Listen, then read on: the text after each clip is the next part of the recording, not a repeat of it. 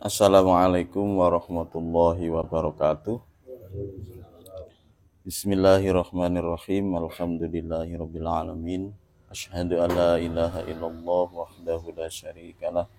Asyhadu anna Muhammadan abduhu wa rasuluhu sallallahu alaihi wasallam wa ala alihi wa sahbihi ajma'in wa la haula wa la quwwata illa billahil aliyyil azim. Amma ba'du. Hadaratil kiram dumateng para sepuh, para alim yang tansah kawula takzimaken, dan juga kepada segenap jamaah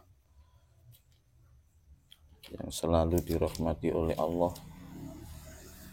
Untuk pertemuan malam ini kami berada di Desa Wonokerto, Kecamatan Bantur, Gondang Legi, Malang.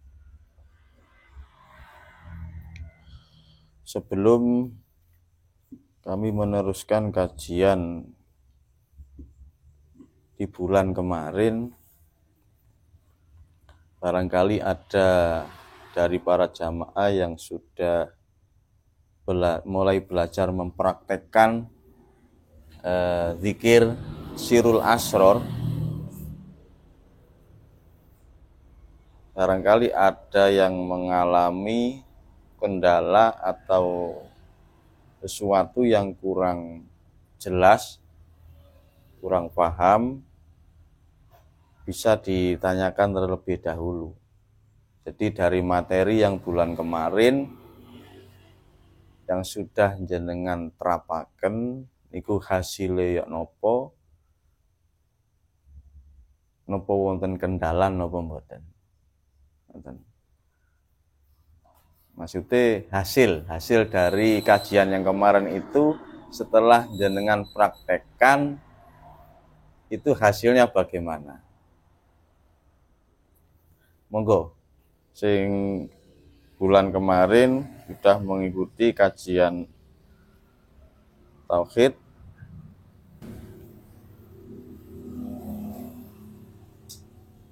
monggo inten sing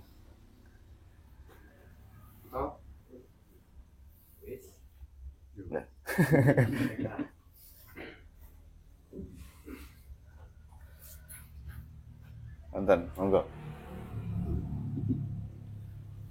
Boten. Berarti atas ngeten napa hasil dari kajian yang kemarin itu harus ada peningkatan yang jenengan rasakan semenjak jenengan sudah mendapatkan ilmu dasar-dasar kemarin, kan mestinya sudah jenengan terapakan dalam kehidupan sehari-hari. Niku rasanya bagaimana? Dalam hati jenengan niku ya nopo? Bagaimana rasanya setelah mengamalkan kajian tauhid di bulan yang kemarin? Itu hasilnya sampai saat ini itu bagaimana?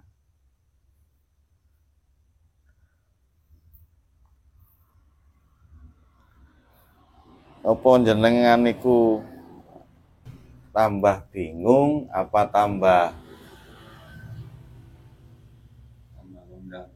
tambah enak rasanya, kehidupannya tambah enteng, tambah bahagia, atau tambah susah, itu loh maksudnya. Nah,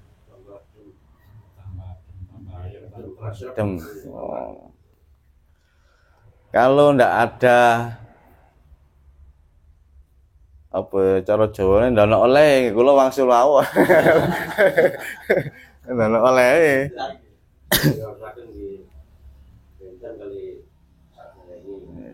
Jadi dari kajian yang bulan kemarin, dari sekian jamaah sudah bisa merasakan hasil dari kajian yang kemarin. Nah, ketika pembelajaran atau kajian di bulan kemarin sudah bisa panjenengan rasakan kepositifannya, maka saya akan melanjutkan kajian yang selanjutnya.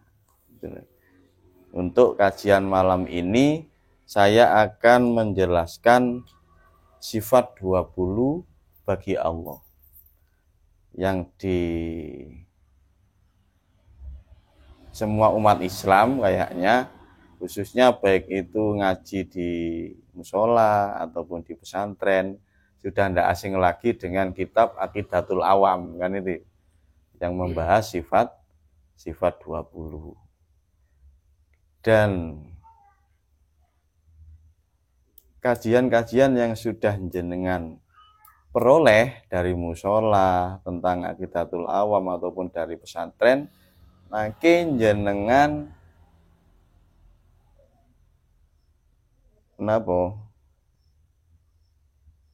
kaji malih lewat keterangan sing badhe kula yang mau saya jelaskan. Ada perbedaan apa enggak, nanti dicocokkan gitu.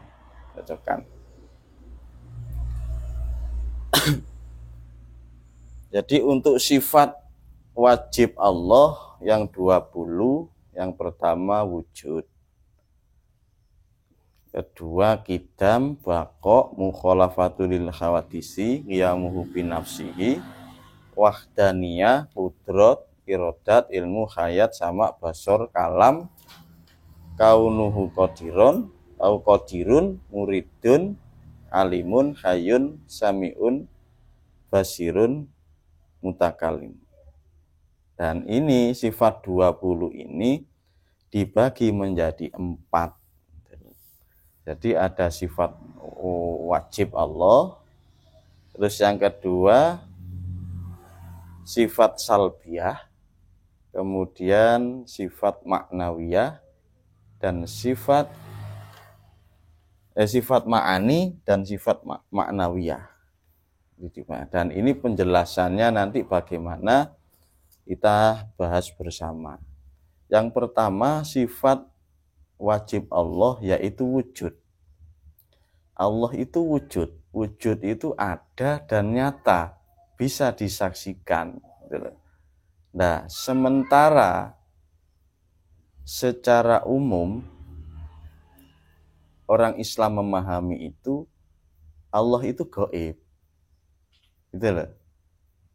Sedangkan di kitab Aqidatul Awam Allah itu wujud dan nyata. Bahkan sering saya dengar kalau subuh itu ada sebagian masjid atau musola yang pujian sambil menunggu jamaah itu la ilaha illallah al-malikul hakul mubin Muhammadur Rasulullah shadiqul wa'dil amin gitu. Nah, jadi la ilaha illallah, tiada Tuhan selain Allah, al-maliku, yaitu zat yang merajai, hakul itu benar adanya, itu mubinun dan jelas kewujudannya, itu maksudnya artinya seperti itu.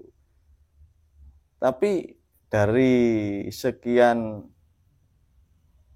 umat yang saya tanya, mayoritas nggak tahu Allah. Nggak tahu Allah.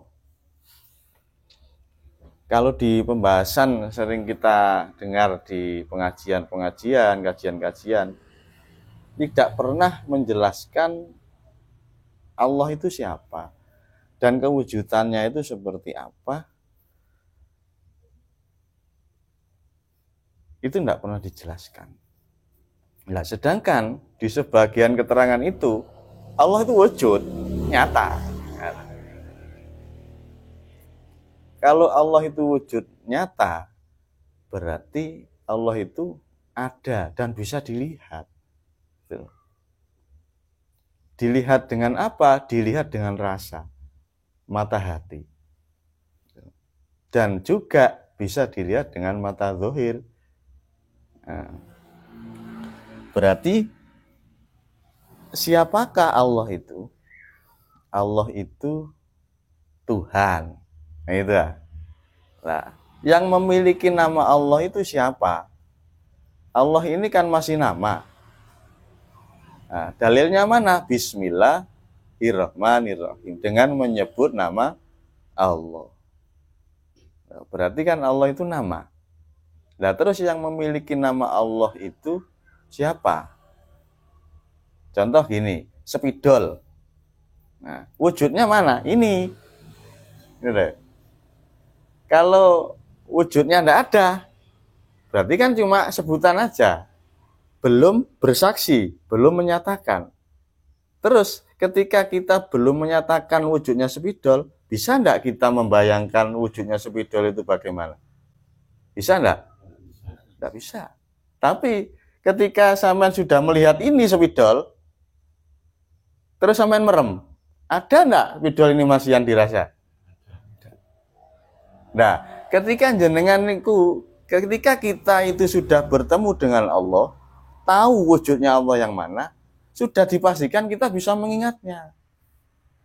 Syaratnya ingat itu harus ketemu dulu. Kalau tidak pernah ketemu, apa yang diingat? Itu loh.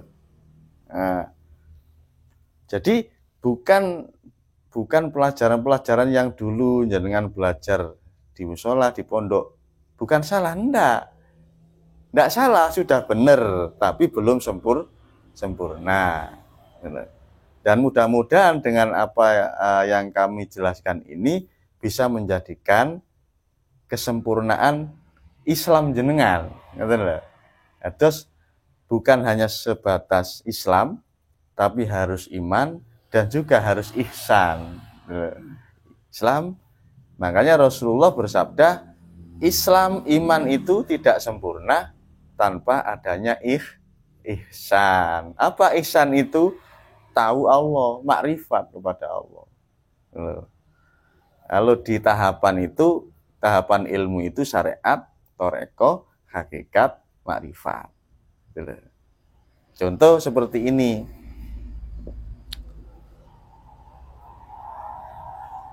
Garam. Nah, seumpama kita belum tahu garam, belum tahu wujudnya garam. Yang harus kita tahu dulu apa?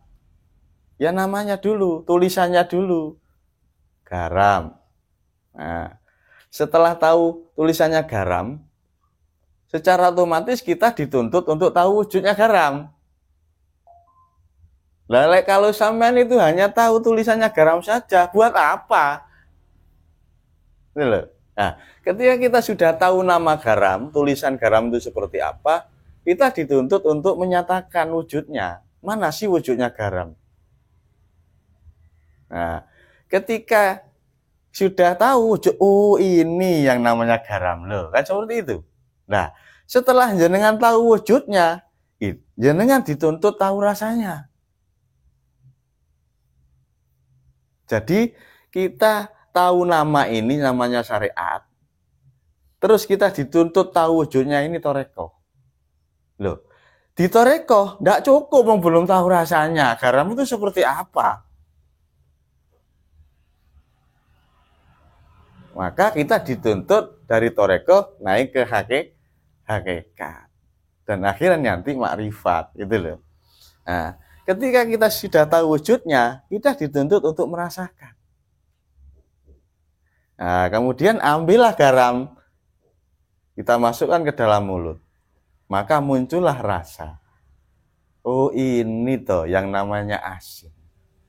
Nah, ketika jenengan itu sudah tahu nama, wujud, dan rasanya, yakin walaupun garam itu dibentuk cairan apapun, dibentuk model apapun, ketika jenengan rasakan, pasti jenengan tidak akan percaya lagi kalau itu gula.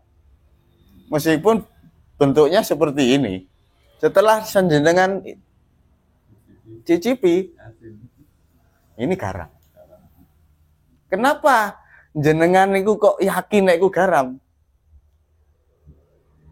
Soalnya jenengan pun semerap namai, serap wujude, ya semerap rasane.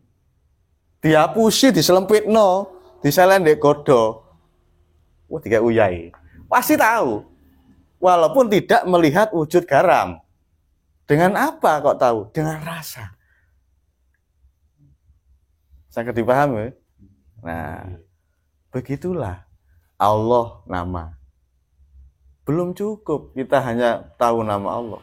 Kita dituntut untuk tahu wujudnya. Mana wujudnya Allah? Di salah satu ayat surat Al-Isra ayat 1 buka. Subhanalladzi asra bi abdihi ila akhiril ayat.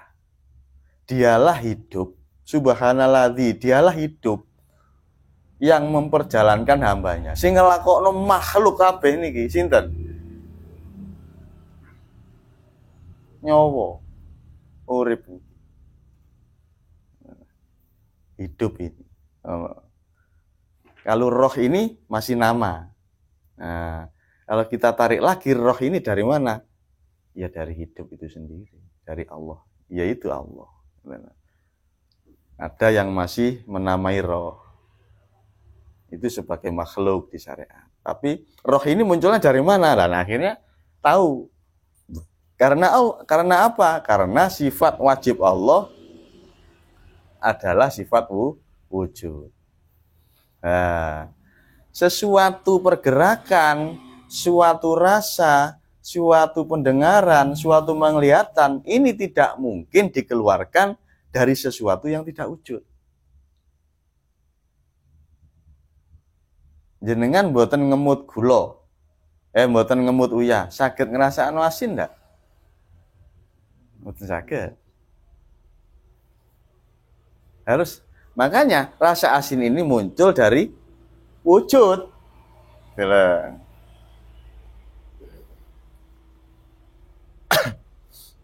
Nah, setelah tahu wujudnya Allah, siapa? Hidup ini. Hidup yang ada dalam diri manusia ataupun di luar manusia. Globalnya hidup yang meliputi alam semesta. Mana wujudnya hidup?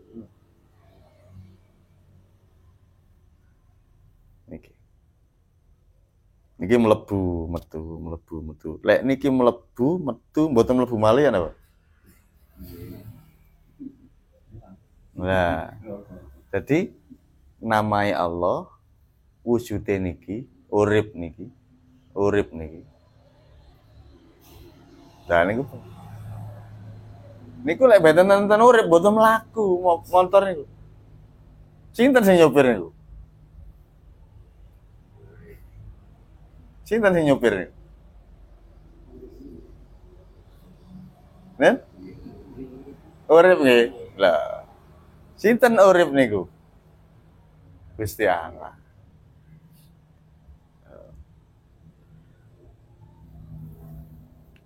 Nah, setelah tahu wujudnya, harus tahu rasanya.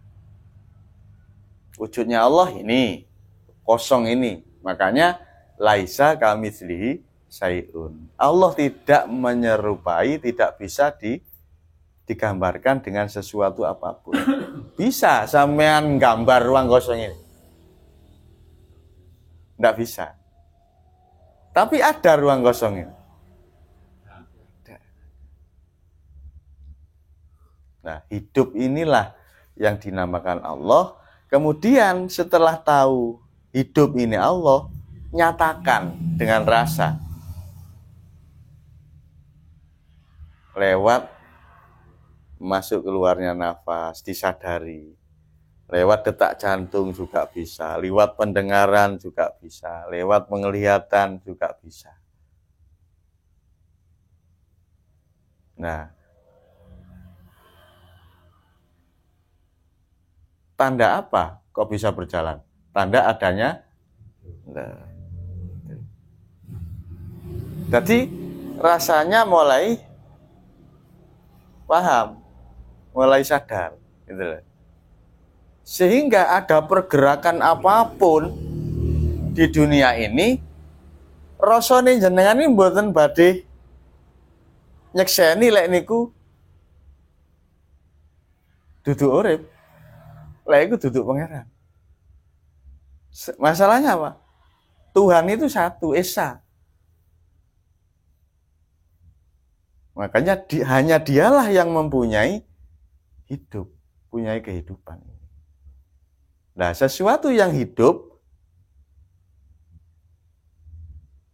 itu tandanya ada pergerakan. Lek gak urip gak iso obah. Nah, dari pergerakan itulah mata ini, pendengaran ini bisa terkoneksi kepada sang hidup itu tadi. Loh, sing maune ku krungu sepeda motor, nek wis disiram ilmu niki, sambungnya to ngeten. Lho. Ngrungokno sepeda motor eling Allah, mangan iso obah eling ngarit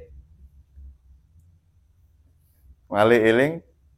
Nah, akhirnya gak tahu lali ning pangeran. Lek wis gak tahu lali ning pangeran, ya iki sing diarani kekasih. Ada kekasih lalian. Nah, ini kan sudah mulai dipahami ya. Nah, ketika rasa hati ini sudah menyatakan bahwasanya hidup inilah Allah, terus diterapkan dalam kehidupan sehari-hari, dalam semua aktivitas, baik itu sholat, maupun bekerja, maupun duduk merokok, maupun makan, apapun aktivitas, terus pegang terus kesadaran ini, sehingga hati ini tidak sedikit pun berpaling dari Allah.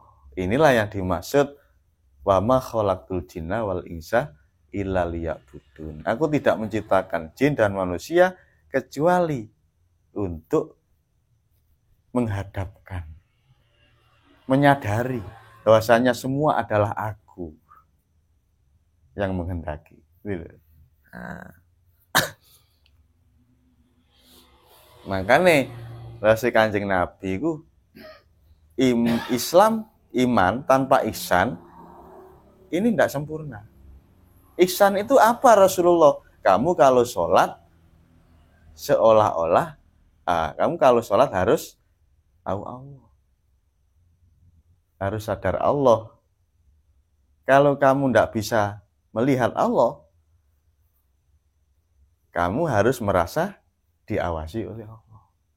Maksud diawasi, merasa digerakkan. Itu namanya muraqabah, tingkatan muraqabah. Kalau yang kesadaran Allah mutlak ini namanya maqam musyahadah. Inilah yang dimaksud perjalanan Mi'raj Rasulullah. Sebetulnya perjalanan Mi'raj itu dari kesadaran yang sebelumnya itu tidak tahu Allah, akhirnya bisa sadar dan mengenal Allah, dan akhirnya nanti bisa kembali kepada Allah. Kesadaran Allah inilah yang dinamakan Sidratul Muntaha, titik puncak dari pencapaian spiritual. Nah, ketika kita sudah memandang hiduplah yang berperan di semua kejadian apapun di dunia ini, maka adakah sesuatu yang bisa bergerak selain dia? Tidak ada sudah. Jadi hati ini tiap detik dan saat selalu bersamanya. Nah. Jadi orang bertapa, orang tirakat, tujuannya mencapai ini, mencapai ketunggalan rasa ini. Jadi tidak percaya lagi sudah ada jin apapun bentuknya, sudah tidak percaya lagi kalau ada makhluk yang hidup itu hanya Tuhan. Walaupun bentuknya, wujudnya itu seperti apa, rasa hati kita karena rasa ini sudah mengenal siapa yang memiliki nama Allah itu, maka dia tidak akan percaya lagi. Ini loh Allah.